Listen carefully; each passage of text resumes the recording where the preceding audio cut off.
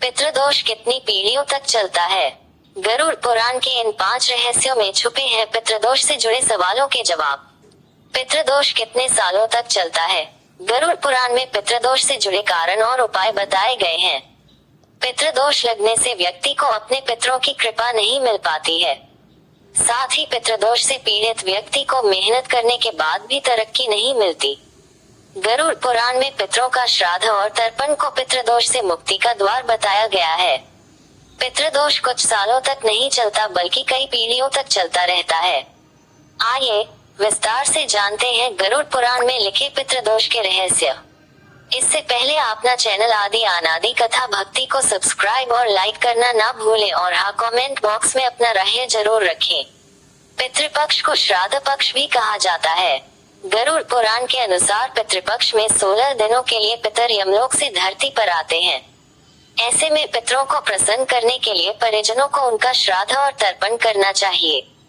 पितृपक्ष में पितरों का श्राद्ध कर्म से करने से पितरों के लिए मुक्ति के द्वार खुलते हैं।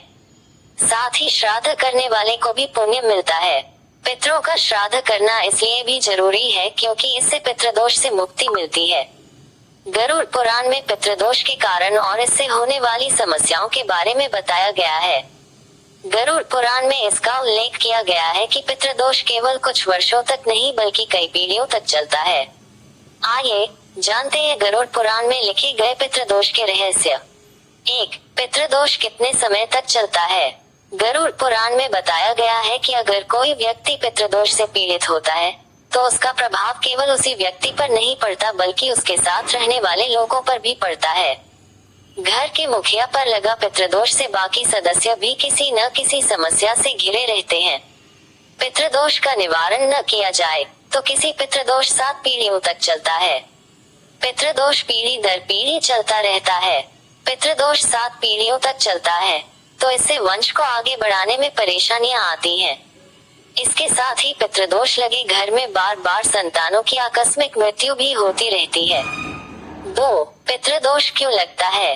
कभी कभी घर में किसी सदस्य की अचानक मृत्यु हो जाती है और अगर उसका अंतिम संस्कार या तर्पण सही तरीके से नहीं किया जाता तो उसकी आत्मा भटकती रहती है। इससे मृत व्यक्ति को भी परलोक में दुख मिलता है। उसकी नाराजगी और दुख के कारण परिवार वालों को, खासकर घर के मुखिया को पितृदोष का सामना करना पड़ता है। 3. जन्म कुंडली से पितृदोष कैसे पता चलता है? ज्योतिष शास्त्र में पितृदोष का कारण जन्म कुंडली से भी जुड़ा हुआ है। किसी व्यक्ति की जन्म कुंडली में दूसरे, 8वें या 10वें भाव में सूर्य के साथ केतु हो तो उसे पितृदोष लगता है। वहीं गरुड़ पुराण में अगर घर के मुखिया ने किसी जीव जंतु, सांप या फिर किसी असहाय मनुष्य की हत्या या उस पर अत्याचार किया हो तो भी पितृदोष लगता है। 4. घर के मुखिया पर पितृदोष लगने से क्या होता है? घर के मुखिया पर पितृदोष लगने पर वे ज्यादातर समय क्रोध, निराशा और अवसाद से घिरा रहता है। वंश आगे बढ़ाने में समस्याएं आती हैं। घर में बार बार हादसे होते रहते हैं। बहुत कोशिशों के बाद भी संतानों को सफलता नहीं मिल पाती है। घर के बाकी सदस्यों को संघर्ष का सामना करना पड़ता है। वहीं महिलाएं भी हमेशा दुखी रहती हैं। पितृदोष घर के मुखिया की निर्णय क्षमता भी प्रभावित करता है। इससे घर का मुखिया अक्सर ऐसे फैसले ले लेता है जो उसके परिवार की सुख समृद्धि और शांति बाधित होती है।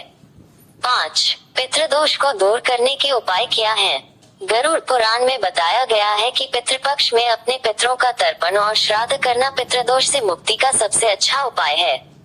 वहीं प्रत्येक अमावस्या पर गरीब, ब्राह्मणों और जरूरतमंदों को अन्न दान करना और भोजन कराना भी पितृदोष से मुक्ति का उपाय है।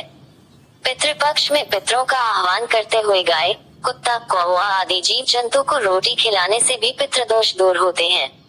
इसके अलावा पितृपक्ष में दक्षिण में सुबह जल अर्पित करने और शाम को दीपक जलाने पितृदोष से मुक्ति मिलती है।